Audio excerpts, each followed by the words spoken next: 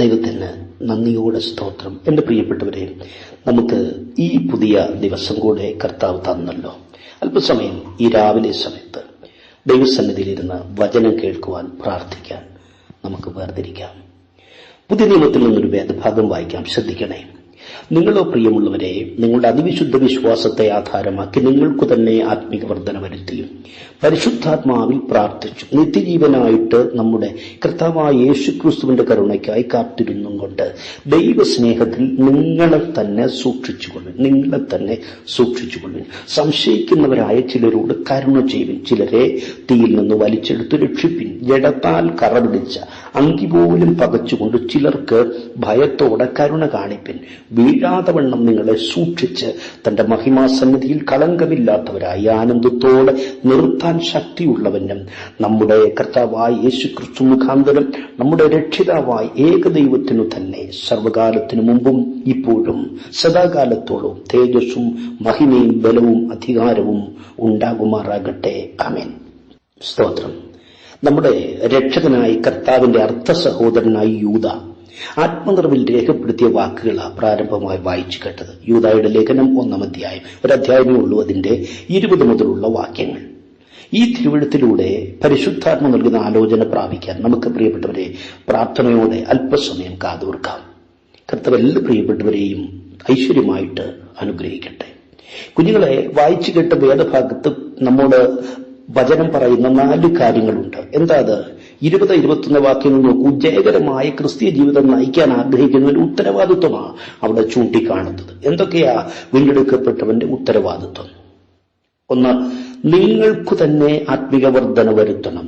2, ദൈവസ്നേഹത്തിൽ നിങ്ങളെ തന്നെ സൂക്ഷിക്കണം. ശ്രദ്ധിക്കണേ, നിങ്ങൾക്ക് തന്നെ ആത്മിക വർധന വരുത്തണം. നീ രക്ഷിക്കപ്പെട്ടെങ്കിൽ, കർത്താവ് തന്റെ രക്തത്താൽ നിന്നെ വീണ്ടെടുത്തെങ്കിൽ നീ നിനക്കു തന്നെ ആത്മിക വർധന വരുത്തണം. ചുമ്മാ അങ്ങ് പോകരുത്.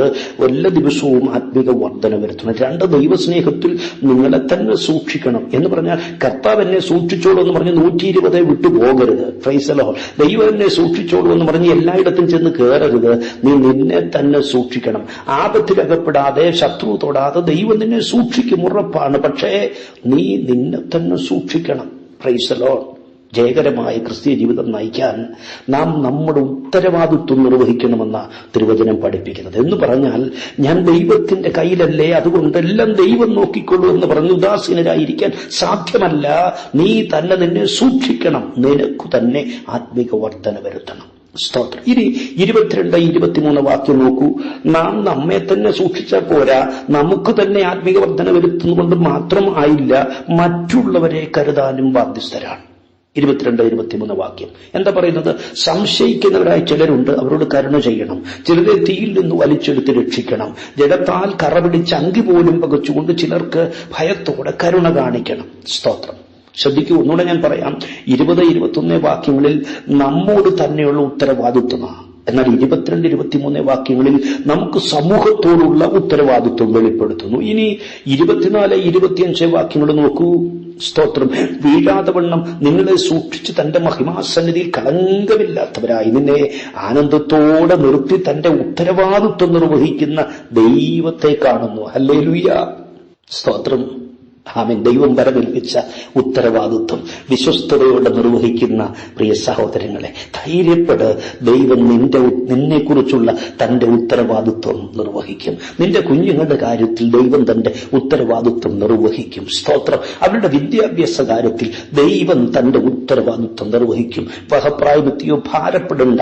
ദൈവസന്നിധിയിൽ നീ ഉത്തരവാദിത്വത്തോടെ കാര്യങ്ങൾ ചെയ്യുന്നുണ്ടോ? നിന്റെ കുഞ്ഞുങ്ങളുടെ വിവാഹ കാര്യത്തിൽ ദൈവം തന്റെ ഉത്തരവാദിത്വം കാണിക്കും.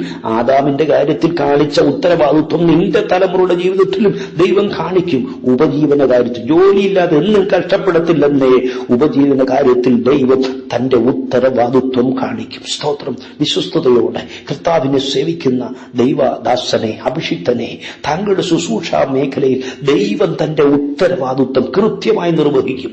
ദേശത്തിന്റെ ശക്തികൾ പൂർണ്ണയിലാക്കിയ ജീവിതങ്ങളെ അന്ധകാരത്തിന്റെ കെട്ടുപൊട്ടിച്ച ആലയത്തിലേക്ക് കൊണ്ടുവന്ന് നിന്നോടൊപ്പം ഉറപ്പുവരുത്തി ദൈവം തന്റെ ഉത്തരവാദിത്വം നിർവഹിക്കും. വിശ്വസിക്കാമോ?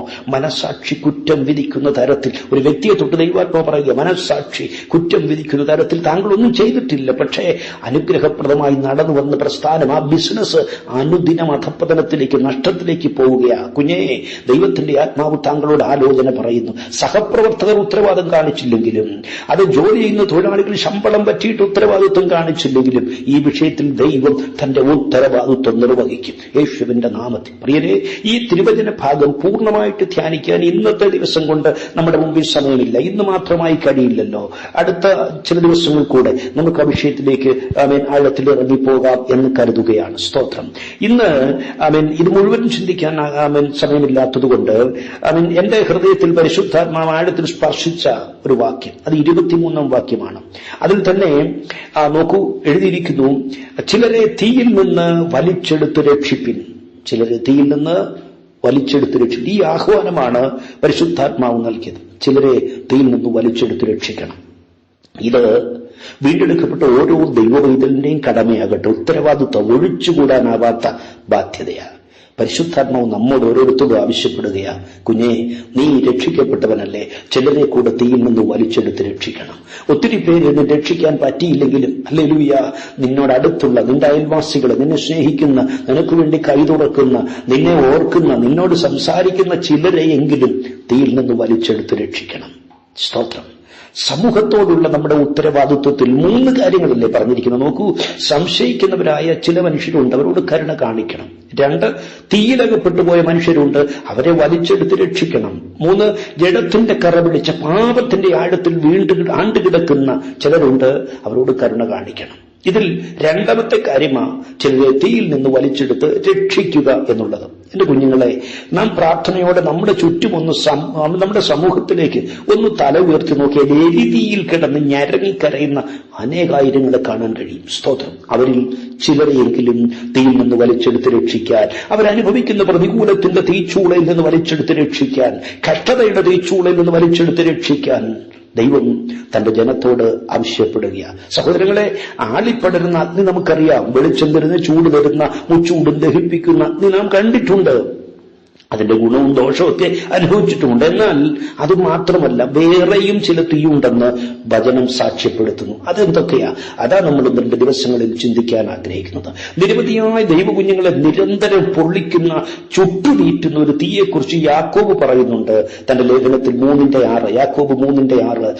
നാവും ഒരു തീ തന്നെ. കണ്ടോ, ഒരു തീ കയറി വരുന്നുണ്ട്. നാവും ഒരു തീ തന്നെ. 5-ാം വാക്യം മുതൽ വായിക്കണം, അപ്പോഴേ മനസ്സിലാകൂ.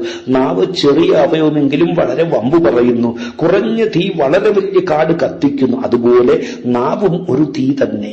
അത് നമ്മുടെ അംഗങ്ങളുടെ കൂട്ടത്തിൽ അനീതി ലോകമായി ദേഹത്തെ മുഴുവനും മലിനമാക്കി ജീവചക്രത്തിന് തീ കൊളുത്തുന്നു. ചെറിയ തീപ്പൊരി വലിയ കാട് കത്തിക്കുന്നത് പോലെ നാവ് കത്തിക്കുന്ന തീയ് ജീവചക്രത്തെ മുഴുവനും നരകത്തീ കൊണ്ട് കത്തിപ്പിക്കുമെന്ന സ്തോത്രം. കേട്ടോ, നാവ് പൊള്ളിക്കുന്ന തീ മാത്രമല്ല. ഇയ്യോബ് പറയുന്നത് എന്താ? 5:21.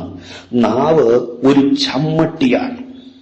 നാവെന്ന ചമ്മട്ടിക്ക് നീ ഗുപ്തനാകും. നാവ് ഒരു മാരകായുധമാണെന്ന്, അടിച്ചു കീറുന്ന, ആഴത്തിൽ മുറിവേൽപ്പിക്കുന്ന ആയുധമാണ് നാവെന്ന ഇയ്യോബ് തന്റെ അനുഭവത്തിലൂടെ പറയുന്നത്. പ്രിയപ്പെട്ടവരെ, ഇന്ന് ദൈവജനം ഏറെ മുറിവേൽക്കുന്നതും വ്രണപ്പെടുന്നതും നൊന്തു നീറുന്നതും തകർന്നു ധരിപ്പണമായി പോകുന്നതും നാവെന്ന ചമ്മട്ടിയുടെ പ്രഹരമേറ്റിട്ടാണ്. സ്തോത്രം.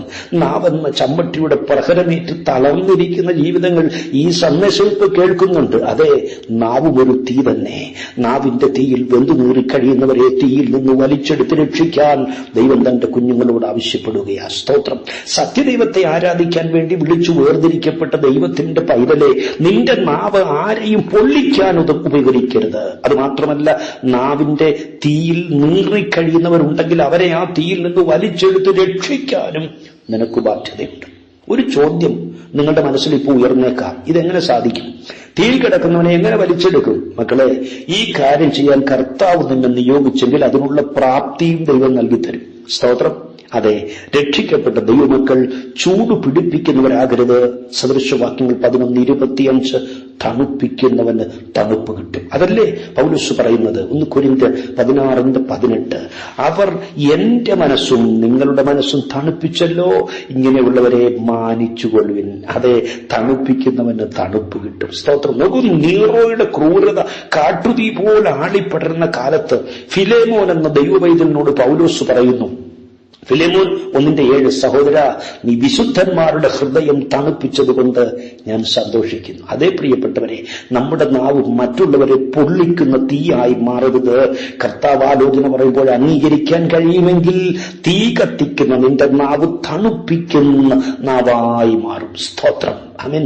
മനസ്സറിയാത്ത കാര്യത്തിന് നാവെന്ന ചമ്മട്ടിയുടെ പ്രഹരമേറ്റ് തകർന്നിരിക്കുന്ന ജീവിതമേ, കരുണയുള്ള കർത്താവ്, നീ അനുഭവിക്കുന്ന വേദന കാണുന്നുണ്ട്. ചിലരുടെ വാക്കുകൾ നിന്നെ ചുട്ടുപൊള്ളിക്കുന്നത് ദൈവത്തിന്റെ കണ്ണ് കാണുന്നു. മക്കളെ, എന്നും ഇങ്ങനെ കഴിഞ്ഞുകൂടാൻ ദൈവം നിന്നെ അനുവദിക്കത്തില്ല, വിട്ടുകൊടുക്കത്തില്ല. പരിഹാരമൊരുക്കുന്ന ദൈവം നിനക്കായി ജീവിക്കുന്നു. സ്തോത്രം. പരിഹാസത്തിന്റെ തീച്ചൂളയിൽ വെന്തു നീറുന്ന ദൈവ പൈതലേ, നീ എന്നും അവമാനം ഏറ്റുവാങ്ങാൻ കർത്താവ് അനുവദിക്കത്തില്ല. അഭിമാനത്തോടെ നിന്നെ തല ഉയർത്തി നിർത്തുന്ന ദിവസങ്ങൾ വരുന്നു. പ്രാണനെ പോലെ സ്നേഹിച്ച ഭർത്താവിന്റെ വാക്കുകൾ. സഹോദരി, നിന്നോടാതെ യുവാത്മാവ് പറയുന്നത്, പ്രാണനെ പോലെ സ്നേഹിച്ച ഭർത്താവിന്റെ വാക്കുകൾ അവൻ കുന്തമുന പോലെ കുത്തി നോവിക്കുകയാ. സ്നേഹത്തോടെ നിന്നോടൊരു വാക്ക് സംസാരിക്കാൻ അവൻ തയ്യാറാകുന്നില്ല. കുറ്റപ്പെടുത്താനും തരം താഴ്ത്താനും മാത്രം വായി തുറക്കുന്നു. മറ്റുള്ളവരോട് അപവാദം പറഞ്ഞു പരത്തുകയാ സ്വന്തം ഭാര്യയെക്കുറിച്ച്. അവൻ ഈ ജീവിതം നീ മടുത്തിരിക്കുന്നു. ഈ പ്രഭാതത്തിൽ കുഞ്ഞെ, പരിശുദ്ധാത്മ നിനക്ക് ഉറപ്പു തരികയാ, ദൈവം നിന്റെ സ്ഥിതി മാറ്റും. നിന്റെ സ്ഥിതിക്ക് ദൈവം മാറ്റം വരുത്തും. പ്രിയരെ, ഒരു കാര്യം ദൈവജനത്തിലൂടെ പരിശുദ്ധാത്മാവ് വ്യക്തമാക്കുന്നു. യെശയ്യാവ് 50:4 നോക്കൂ. തളർന്നിരിക്കുന്നവനെ വാക്കുകൊണ്ട് താങ്ങാൻ കർത്താവ് ശിഷ്യന്മാരുടെ നാവാണ് തന്റെ കുഞ്ഞുങ്ങൾക്ക് നൽകുന്നത് എന്ന് പറഞ്ഞാൽ, ദൈവവൈദ്യന്റെ നാവ് കുത്തി നോവിക്കാനുള്ളതല്ല, ചുട്ടുപൊള്ളിക്കുന്നതല്ല, വാക്കുകൊണ്ട് താങ്ങുന്ന, തലോടുന്ന, ആശ്വസിപ്പിക്കുന്ന നാവാണ്. എന്നാൽ വെളിപ്പാട് പുസ്തകം 9-ാം അധ്യായത്തിലേക്ക് വരൂ, 18-ാം വാക്യം. അവിടെ പാതാളത്തിൽ നിന്ന് കയറി വരുന്ന ഒരു ദുർമൂർത്തിയെ കാണാം. അതിന്റെ വായിൽ നിന്ന് തീയും പുകയും ഗന്ധകവും പുറപ്പെട്ടു മനുഷ്യരെ കൊല്ലുന്ന ചിത്രം അവിടെ വെളിപ്പെടുന്നുണ്ട്. ഇന്ന് ദൈവമക്കളെന്ന് അഭിമാനിക്കുന്ന ചിലരുടെ വായിൽ നിന്ന് പുറപ്പെടുന്നത് മറ്റുള്ളവരെ ചുട്ടുപൊള്ളിക്കുന്ന തീയാണ്. തീയും പുകയും ഗന്ധകവും. ഇതൊന്ന് ചിന്തിക്കുന്ന നല്ലതാ. എന്താ വായിൽ നിന്ന് പുറപ്പെടുന്ന തീ? മറ്റുള്ളവരെ പൊള്ളിപ്പിക്കുന്ന, മറ്റുള്ളവരെ അവൻ ചുട്ടുനീട്ടുന്ന, വേദനിപ്പിക്കുന്ന, അവരുടെ ഹൃദയത്തിൽ നീറ്റലുണ്ടാക്കുന്ന വാക്കുകളാണ് വായിൽ നിന്ന് പുറപ്പെടുന്ന തീ.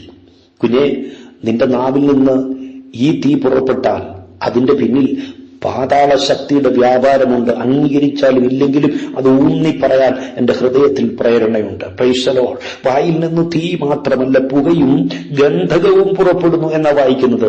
എന്താ വായിൽ നിന്ന് പുറപ്പെടുന്ന പുക? പറയാം. ആളിക്കത്തിയ തീ അണഞ്ഞിട്ടും അതിന്റെ വാർത്ത പ്രചരിപ്പിക്കാൻ തല ഉയർത്തുന്നതാണ് പുക. മനസ്സിലായോ?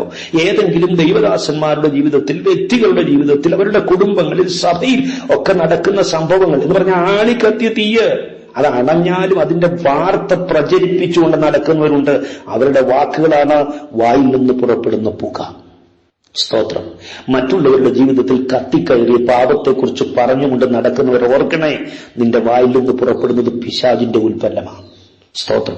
ഈ പുകമറ എന്നൊരു പ്രയോഗമുണ്ടല്ലോ, കണ്ടിട്ടുണ്ടല്ലോ? പുകമറ. എന്താ പുകമറ?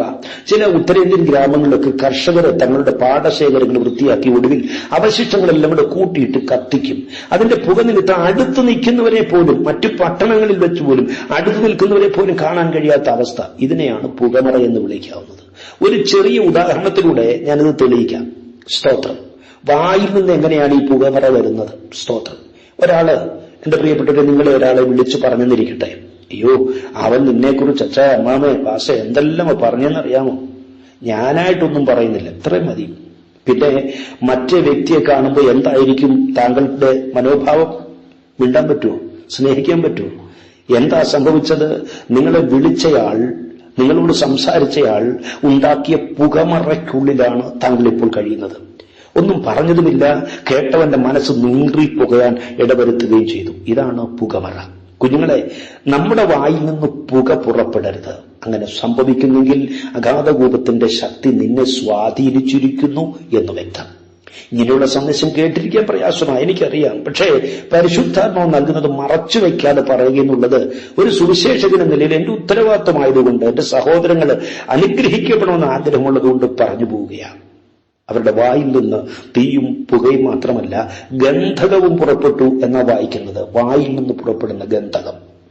ഈ ഗന്ധകം, സൾഫർ, ഞാൻ കണ്ടത് കൊപ്ര ഉണക്കുന്ന സ്ഥലത്താണ്. കൊപ്ര ഉണക്കുന്ന ചേരിന്റെ കീഴിൽ ചിരട്ട അടുക്കി വെച്ചിട്ട് അതിനകത്ത് അല്പം ഈ ഗന്ധകം വിതറും, എന്നിട്ട് കത്തിക്കും. ഇത് തീയുടെ ചൂട് വർദ്ധിപ്പിക്കാൻ വേണ്ടിയാണ്. എന്നാൽ ഒരു കാര്യമുണ്ട് കേട്ടോ, ഗന്ധകം കത്തിയാൽ പിന്നെ അടുത്ത് നിൽക്കുന്നവർക്ക് ശ്വാസം മുട്ടും, വല്ലാത്ത വീർപ്പുമുട്ടലുണ്ടാകും. മക്കളെ, ചിലർ ഒരു 5 മിനിറ്റ് സംസാരിച്ച് കഴിയുമ്പോഴേക്കും കേട്ടവർക്ക് പിന്നെ രാത്രി കിടന്നാൽ ഉറങ്ങാൻ പറ്റത്തില്ല. വല്ലാത്ത വീർപ്പുമുട്ടല. എന്താ കാര്യം? നിന്റെ വായിൽ നിന്ന് പുറപ്പെട്ടത് ഗന്ധകമാ, നരകത്തിന്റെ ഉൽപ്പന്നമാ, പിശാചിന്റെ സമ്മാനമാ. സ്തോത്രം. കഷ്ടതയുടെ കാഠിന്യ നിമിത്തം ഉറങ്ങാൻ കഴിയാതെ ബുദ്ധിമുട്ടുന്നവരെ ഒരു വാക്കിലെങ്കിലും ആശ്വസിപ്പിച്ച് അവർക്ക് വേണ്ടി ഒന്ന് പ്രാർത്ഥിക്കാൻ കഴിഞ്ഞാൽ അത് കൃപയാണ്. മറിച്ച് നിന്റെ വാക്ക് കേൾക്കുന്നവർ ഉറക്കം കിട്ടാതെ വീർപ്പുമുട്ടൽ അനുഭവിച്ചാൽ, അവന്റെ സ്വസ്ഥത നഷ്ടപ്പെട്ടാൽ, കുഞ്ഞെ, താങ്കളുടെ വായിൽ നിന്ന് പുറപ്പെട്ടത് അവൻ ഗന്ധകമാണ്, അഗാധകൂപത്തിന്റെ സമ്പത്താണ്. ചുരുങ്ങിയ നിമിഷങ്ങൾ കൊണ്ട് ഒരുവന്റെ മനസ്സിൽ ഗന്ധകത്തിന്റെ തീ കത്തിച്ചിട്ട് ഈ പുള്ളി പിന്നെ പറയും, സൗരാ അച്ഛാ ഒന്നും തോന്നല്ലോ, പാസ്റ്റർ ഒന്നും വിചാരിക്കരുത്, വിഷമിക്കാൻ വേണ്ടി പറഞ്ഞൊന്നുമല്ല കേട്ടോ, അറിഞ്ഞ കാര്യം പറഞ്ഞെന്നേ ഉള്ളൂ. ഇനി അത് മനസ്സിൽ വെച്ചോണ്ടിരുന്ന് അവൻ മനസ്സ് നീറ്റണ്ട. എന്തിനാ വിട്ടുകളഞ്ഞേരെ? എന്തിനാ മനസ്സ് വേദനിപ്പിക്കുന്നത്? പിന്നെന്തിനാ ഇയാള് ഈ വിട്ടുകളയേണ്ട കാര്യം ഈ പാപത്തിന് വിളിച്ചു പറഞ്ഞത്? അയാളുടെ ഉറക്കം നഷ്ടപ്പെടുത്തി എന്തിനാ?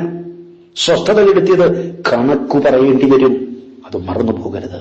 പ്രിയരെ, നമുക്കൊരു നല്ല തീരുമാനം ഇന്ന് പ്രഭാതത്തിൽ എടുക്കണം. കർത്താവേ, ഞാൻ രക്ഷയുടെ അനുഭവത്തിലേക്ക് വന്നവനാണ്, ക്രിസ്തുവിന്റെ രക്തത്താൽ വീണ്ടെടുക്കപ്പെട്ടവനാണ്. എന്റെ നാവിൽ നിന്ന് മറ്റുള്ളവരെ പൊള്ളിക്കുന്ന ഒരു വാക്ക് പുറത്തു വരത്തില്ല, പുകമറ സൃഷ്ടിക്കുന്ന വാക്ക് പുറത്തു വരത്തില്ല, കേൾക്കുന്നവർക്ക് വീർപ്പുമുട്ടലുണ്ടാകുന്ന വാക്കുകൾ എന്റെ നാവിൽ നിന്ന് പുറത്തു വരത്തില്ല. നൊമ്പരപ്പെടുത്തുന്ന വാക്കുകൾ, അസ്വസ്ഥത ഉണ്ടാക്കുന്ന വാക്കുകൾ പറയത്തില്ല. മറിച്ച് കൃപയോട് കൂടിയതും ഉപ്പിനാൽ രുചി വരുത്തിയതുമായ വാക്കുകൾ ഞാൻ പറയും. എന്റെ വാക്കുകൾ ഇനി ആരെയും പൊള്ളിക്കില്ല കർത്താവ്, മറിച്ച് തീയിൽ നിന്ന് ചിലരെയെങ്കിലും വലിച്ചെടുക്കാൻ, ശിഷ്യന്മാരുടെ നാവായി, തണുപ്പിക്കുന്ന നാവിന്റെ ഉടമയായി മാറാൻ ഞാൻ എന്നെ അങ്ങയുടെ മുമ്പിൽ സമർപ്പിക്കുന്നു. തീരുമാനിക്കാൻ കഴിയുമോ? ദൈവം താങ്കളെ, ഹല്ലേലൂയ, തീർച്ചയായും തന്റെ കയ്യിലെടുത്ത് ഉപയോഗിക്കും. ചിലരെ അല്ലെന്നേ, അനേകരെ തീയിൽ നിന്ന് വലിച്ചെടുത്ത് രക്ഷിക്കാൻ ദേശത്തിന്റെ അവൻ വിവിധ ഭാഗങ്ങളിൽ കർത്താവ് തന്റെ കൈക്കിണങ്ങിയ ആയുധമായി നിന്നെ ഉപയോഗിക്കും, പ്രയോജനപ്പെടുത്തും. സങ്കീർത്തനക്കാരൻ പറഞ്ഞതുപോലെ, എന്റെ വായിലെ വാക്കുകളും ഹൃദയത്തിലെ ധ്യാനവും യഹോവേ നിനക്കു പ്രസാദമായിരിക്കട്ടെ. കേൾപ്പിച്ചു കൊടുക്കാൻ തയ്യാറാകുമോ? പരിശുദ്ധാത്മാവ് പറയുന്നു, യിരെമ്യാവ് 15:19, നീ അധമമായതൊഴിച്ച് ഉത്തമമായത് പ്രസ്താവിച്ചാൽ മക്കളെ, നീ എന്റെ വായ് പോലിരിക്കും. കുഞ്ഞെ, പരിശുദ്ധനായ ദൈവം തന്റെ വായ് കൊണ്ട് എന്തെങ്കിലും പറഞ്ഞാൽ അത് സംഭവിക്കാതിരിക്കുമോ? ഉണ്ടാകാതിരിക്കുമോ? അതെ, നീ എന്റെ വായ് പോലിരിക്കും. ഈ മഹാഭാഗ്യത്തിന് ഓഹരിക്കാരാകുവാൻ കർത്താവ് എല്ലാ പ്രിയപ്പെട്ടവരെയും സഹായിക്കട്ടെ. ഈ സന്ദേശത്തിന്റെ ആരംഭത്തിലേക്ക് നമ്മൾ വന്നതേ ഉള്ളൂ. സ്തോത്രം. തുടർന്നുള്ള ഭാഗങ്ങൾ ദൈവം അനുവദിച്ചാൽ അടുത്ത ദിനങ്ങളിൽ ധ്യാനിക്കാമെന്ന് ആഗ്രഹിക്കുന്നു. കർത്താവ് എല്ലാവരെയും അനുഗ്രഹിക്കട്ടെ. സുവിശേഷകൻ രാജൻ ഫിലിപ്പാണ്, അടിമാലിയിൽ നിന്നും. സഹോദരങ്ങളെ അലട്ടുന്ന കാര്യങ്ങൾ അറിയിച്ചാൽ നമുക്ക് പ്രാർത്ഥിക്കാം. നമ്പർ ഇതാണ് 9072141834. കർത്താവ് കരുണ ചെയ്യുന്ന പക്ഷം വീണ്ടും തിരുവചനത്തിന്റെ വെളിച്ചത്തിൽ ഒരുമിച്ച് കൂടാം. അതുവരെ കൃപയുടെ കരങ്ങളിൽ സുരക്ഷിതരാകാം. God bless you in Jesus name.